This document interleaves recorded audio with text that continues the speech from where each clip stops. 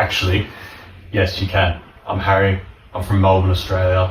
I'm actually filming this in a tiny little village about an hour from Tokyo called Tsuru in Japan.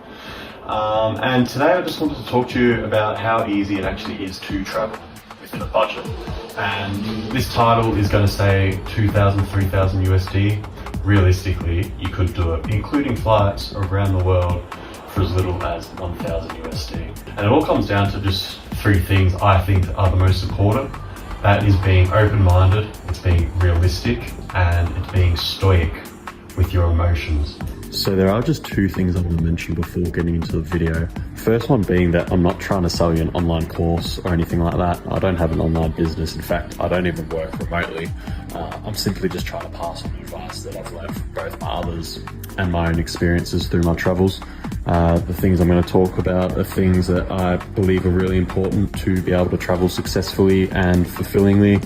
They're definitely things that I will keep using as I continue to travel myself. The second thing is that unfortunately I do not have a cheat code to travel the world for free. There will be times where you will actually have to work or volunteer at places. However, in saying that, that doesn't have to be boring at all. And what I'm going to talk to you about today, in fact, is ideas and different things I've done, and hopefully it inspires you to pick something fun and enjoyable that you like. So without further ado, let's get into it.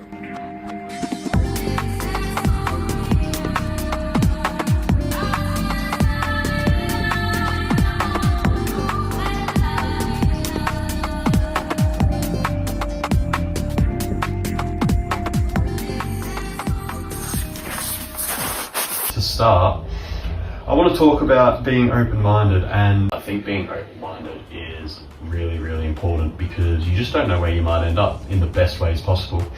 Last year, I was not expecting to be in Asia whatsoever. Actually, I was expecting to still be in Europe, but yet here I am. I've been in Korea for 6 weeks and now I'm in Japan for the next 2 months.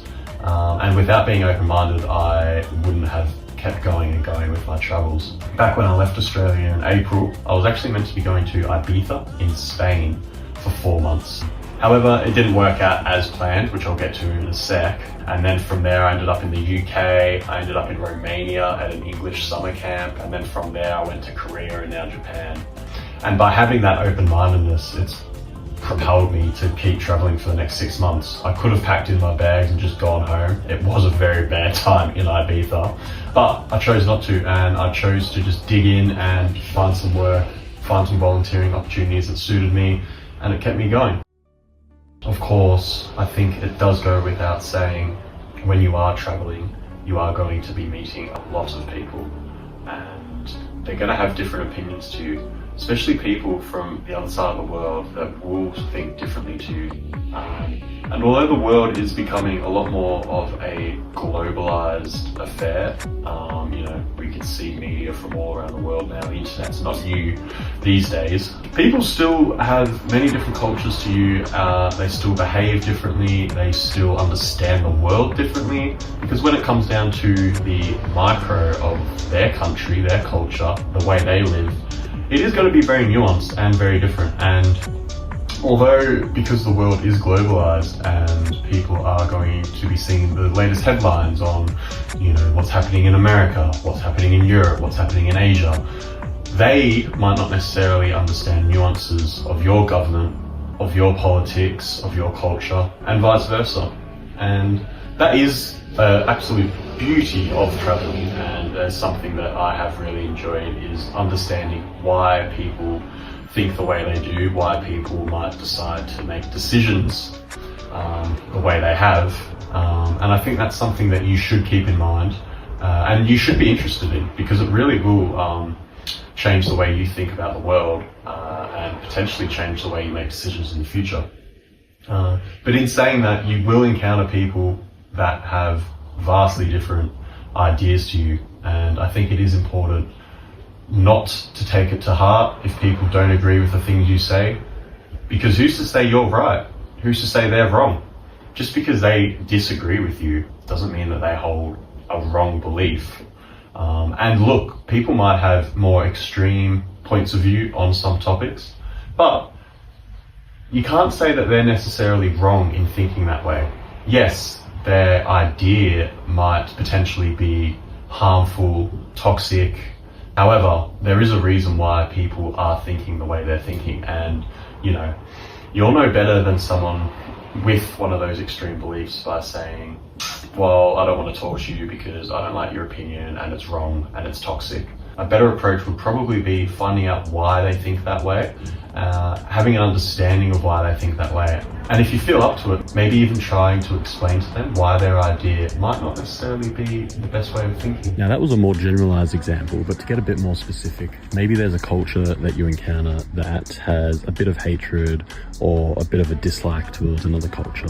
Now, I think that you'll find on your travels, and I certainly have, is that most people don't just dislike people for no reason. There is usually a reason, and I think it's important to find out maybe by specifically talking to people from that culture why they dislike that culture. A great example of that is working at the English cafes in Korea. Because of that, I got to talk to a lot of Koreans about specific issues relating to their country. On Ibiza, so I was actually going through an agency called Ace Working Holidays, and I definitely do not recommend them. So basically, they promised me and a bunch of the others that signed up to them for the year, and this is what they've been doing previously, and it has worked. I will give them that. However, the last couple of years, it hasn't. And that's mainly to do with COVID and also Brexit. So in the past, what would happen is mainly British youth would sign up to their company, and maybe some other internationals, but it's usually British would sign up, and then it's kind of like an agency. You get to the islands that you want to work at, so Spanish islands, French islands, Ibiza, obviously Tenerife, Magaluf, all of those typical ones. Cyprus is another example. And basically you would meet, I guess, an agent from their company, a PR, I guess you could call them, and they were meant to take you around to a bunch of bars or clubs or have an in for you to get some work on the island. So since Brexit and COVID, where these problems have come from is that recently Ibiza especially has really been cracking down on backpackers working without a Spanish working visa and a Spanish NIE number, which is basically a tax number. And so in the recent years, the local council have been going around to different bars, clubs, just any sort of venue. And if there is an international worker there or someone, that doesn't look like they should be there, they've been going and asking the managers for those numbers. And if they don't have those numbers, the fine is now a whopping 5,000 euros per person. And so in 2024, they really started cracking down hard on that. Since then, obviously, all of the venues have gone, this is just unsustainable. We're not going to hire anyone without those numbers. It's worthless. And so what Ace Working Holidays has done in this situation is basically pull the wool over everyone's eyes who signed up to their company, and said, no, you can still work cash in hand in Ibiza, it's fine. You don't need a working holiday visa or anything. Everyone still accepts cash in hand work, and that is just obviously not true at all. Other islands, I believe they might, depending where you are, but because Ibiza, there's so much money going through it, and it's such a hot spot, the council's cracking down on it. They definitely do not accept that. And so basically I couldn't find any work, and they said I'd be able to get DJ residency gigs there, no problem. Obviously didn't happen. And I was looking for work for a long time. I probably went to over 40 venues and no, couldn't get anything. So I eventually actually found some work through a PR agency, working for one of the local nightclubs, basically trying to sell guest list tickets on the street. And if you know me, that is something I just despise, is people coming up to me on the street asking to flog me something. So when I was meant to do it, I hated it. Absolutely hated it. So I gave that up after one night. It was terrible. But that's the other side of being open-minded as well. Once you start to get the ball rolling with different jobs, different volunteering opportunities, once you start to get a lot of experience in various sectors of work and volunteering, then you know what you like, and you won't be afraid to give something up if you start doing something that you don't like. And I think that's a really good thing to have, because you don't want to just be stuck down doing something for 6 weeks in a great location, but the work sucks, and now all of a sudden this working holiday has just turned into a bit of a shit show. So I think that's a really important thing too. That does bring me to being realistic about your expectations. This is something that's been said for ages now, that social media is offensive, and that people that are posting on there are just posting their highlight reel. We all know that, but I think that people underestimate just how much shit you have to dig through when you're traveling. I'll give you an example. I have probably missed 5, maybe 6 buses, trains, purely just because I was in somewhere where I didn't know the language and it was just taking too much time and effort to read where I was meant to be going. My bad, all of those times. Just frustrating, really. Other times, trains might not come where it's not your fault, or, something is meant to happen and you're on time and you're ready and prepared and someone doesn't show up. I mean, you are in another country. Anything that you think is standard in your country might not be the case wherever you may end up. So you've got to keep that in mind. Things aren't going to always work out. And that's where you should be stoic as well, but we'll get into that in a bit. But just be realistic about your expectations. It is fun traveling, and it is why I've been overseas for 8 months now, and I've been traveling Australia before that for the past 4 years. But there are problems that happen, and you have to be ready to deal with them.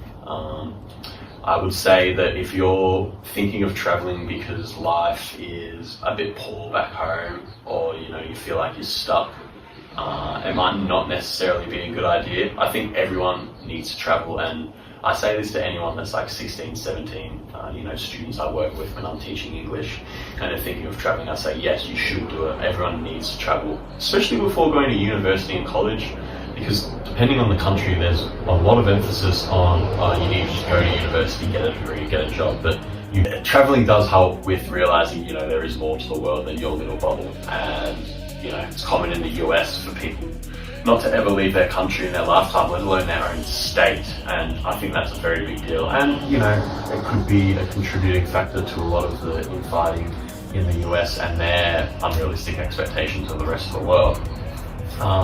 But it is very important to travel. However, if you are doing it as an excuse to, run away from things or use it as an escapism tool, I don't think that's a very good idea, because I think you could relate it to a relationship. You just meet a partner, but you're not necessarily in the best place, and you're using that partner as a tool to make yourself happy. Well, you're just going to bring down both of you. Actually really should work on yourself at a base level first, and then maybe after you've found a bit of yourself, or you've got a strong sort of base to fall on, if things do go up street, then maybe you could consider traveling. But I think being realistic about where you are in your own life, and are you even ready to take a big leap? Because I know that for me now, this just seems like a normality.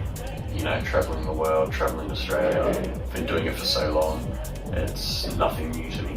However, for a lot of people, it is scary. And for a good reason. You are going overseas, So I think just be realistic about where you are in your current being and go from there. So I think that having that baseline to handle the difficulties that the world might throw at you is important, and it does lead me to my final point, which is that on your travels you should have a level of stoicism about you. What that means is that, by definition, is having an indifference to pain or pleasure. In other words, reacting to situations with logic and reason rather than emotion.